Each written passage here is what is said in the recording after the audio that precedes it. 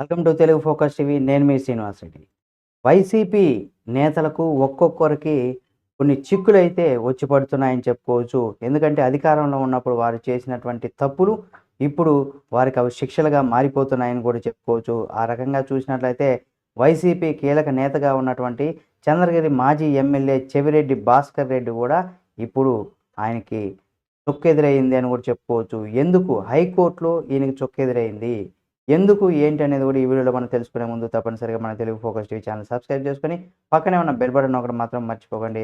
ఇలాంటి మరిన్ని వీడియోలను ఎప్పటికప్పుడు మీ ముందుకు తీసుకొస్తుంది మన తెలుగు ఫోకస్ టీవీ ఛానల్. ఇక్కడ ఫోక్సో చట్టం కింద కూడా తన పైన నమోదైనటువంటి కేసును కొట్టివేయాలని కోరుతూ ఆయన ఇటీవల ఏపీ హైకోర్టులో పిటిషన్ కూడా దాఖలు చేశారు.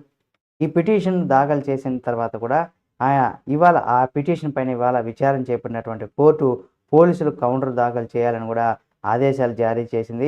తదుపరి విచారణకు కూడా ఈ నెల 24 వరకు కూడా వాయిదా వేసింది. క్వాష్ పిటిషన్లో చెవిరెడ్డి భాస్కర్ రెడ్డి అరెస్ట్ నుంచి కూడా రక్షణ కల్పిస్తూ ఎలాంటి మధ్యంతర ఉత్తర్వులు ఇవ్వలేమనేసి కూడా హైకోర్టు ధర్మాసనం స్పష్టం చేసింది. కాగా తిరుపతి జిల్లా ఎర్రావారిపాలెం మండలానికి చెందినటువంటి 14 ఏళ్ల బాలిక పైన అత్యాచారం వార్తలను కూడా సోషల్ మీడియాలో ప్రసారం చేశారన్న ఆరోపణలతో కూడా ఆయన పైన ఫోక్సో చట్టం కింద కూడా కేసు నమోదు చేశారు. ఈ మేరకు చెవిరెడ్డి పైన తన పైన నమోదైనటువంటి కేసును కొట్టివేయాలంటూ కూడా ఇటీవల ఆయన హైకోర్టులో పిటిషన్ దాఖలు చేశారు. అయితే ఇక్కడ 24 వరకు కూడా ఈ పిటిషన్ను కూడా విచారణ వాయిదా వేసింది. ఇందులో కనుక ఆయన ధర్మాసనం ఆయనకి ఒక రకంగా చెప్పాలంటే ఆ పిటిషన్ కొట్టివేయలేదు, వాయిదా వేసింది.